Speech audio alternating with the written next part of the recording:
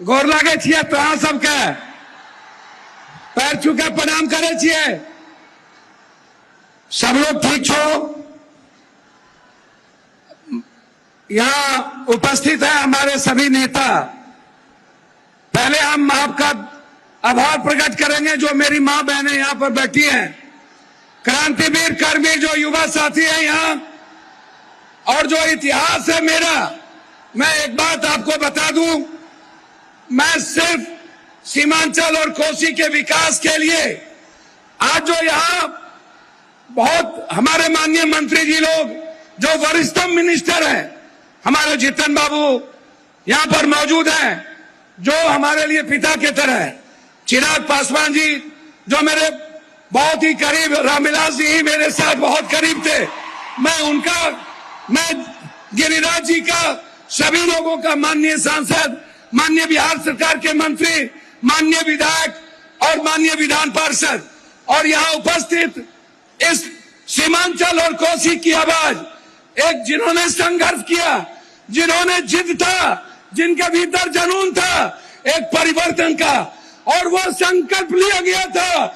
आज वो संकल्प की जीत है, सीमांचल की जनता की जीत है, कोसी की जनता की जीत है, और उसके लिए हम आदरणीय एक ऐसे प्रधानमंत्री जी, एक ऐसे ईमानदार मुख्यमंत्री जी, माननीय नीतीश कुमार जी, माननीय प्रधानमंत्री जी का मैं स्वागत करता हूं।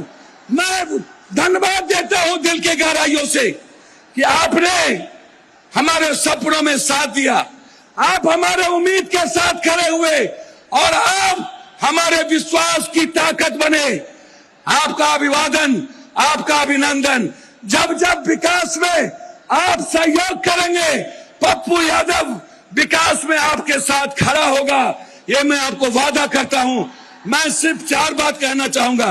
एक, माननीय दिलीप बाबू, आप नायक हैं, आप नेतृत्व कर रहे हैं, आप पर गर्व है हमें। मैं सिर्फ इतना कहना चाहूंगा, हम 5 चीज का डिमांड करना चाहेंगे। माननीय मंत्री और पूरा बिहार सरकार, पूरा भारत सरकार यहाँ पर मौजूद है। नित्यानंद बाबू से भी बहुत उम्मीद है, हमें अपेक्षा है कि नित्यानंद बाबू हमारी बात को सुनेंगे। एक आग्रह है कि आप कोसी सीमांचल जो बाढ़ से पीड़ित है, हार्ड डैम, हम बार बार हार्ड डैम का मांग उठाते हैं। आप इस कोसी सीमांचल के बाढ़ से मुक्ति के लिए हार्ड डैम पर, नित्यानंद बाबू आपकी ताकत है, आप होम मिनिस्टर हैं, हार्ड डैम कई बार आप बोल चुके हैं, हम हार्ड डैम आपसे डिमांड करेंगे। नित्यानंद जी और हमारे केंद्रीय मंत्री जी से आग्रह करेंगे कि हम चाहते कि हम सिर्फ विकास चाहते हैं। कोसी सीमांचल हमेशा दूर रहा है, इसीलिए मैं आपसे आग्रह करना चाहूंगा, पूर्णिया या कोसी में एक एम्स का निर्माण आपके द्वारा जरूर घोषित हो। यह सीमांचल की जनता एक एम्स चाहती है, यह मैं आपसे चाहूंगा। तीसरी चीज आपसे मैं चाहूंगा, पूर्णिया उपराजधानी बने, पूर्णिया हाईकोर्ट बेंच बने, यह पूर्णिया की जनता चाहती है। मैं बहुत डिमांड नहीं करूंगा, लेकिन यह हमें गर्व होगा कि आप सब लोग इस पूर्णिया की जनता की आवाज के सहयोग बने। मैं इन्हीं शब्दों के साथ एक आग्रह करूंगा आपसे कि पूर्णिया में एक इंटरनेशनल स्टेडियम की घोषणा हो, एक ऐसा स्टेडियम जो भारत में आके खेले। मैं इन्हीं शब्दों के साथ मैं पुनः आपसे यह आग्रह करते हुए कि आपने मखान पर और तिलकुट पर 18% और मखान पर अब 5% आपने जीएसटी लगाया है।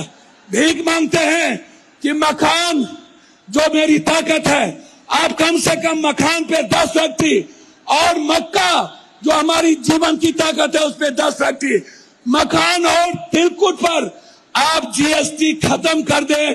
इन्हीं शब्दों के साथ आपका पुनः पूर्णिया के धरती पर अपने प्रधानमंत्री जी का एक सांसद होने के नाते, एक बेटे होने के नाते, मैंने राजनीति नहीं देखी, मैंने विकास देखा।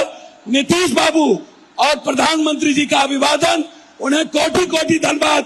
पूर्णिया की जनता की ओर से उनका अभिवादन, अभिनंदन, स्वागत। बहुत बहुत धन्यवाद। मैं आपको प्रणाम करता हूँ। बहुत बहुत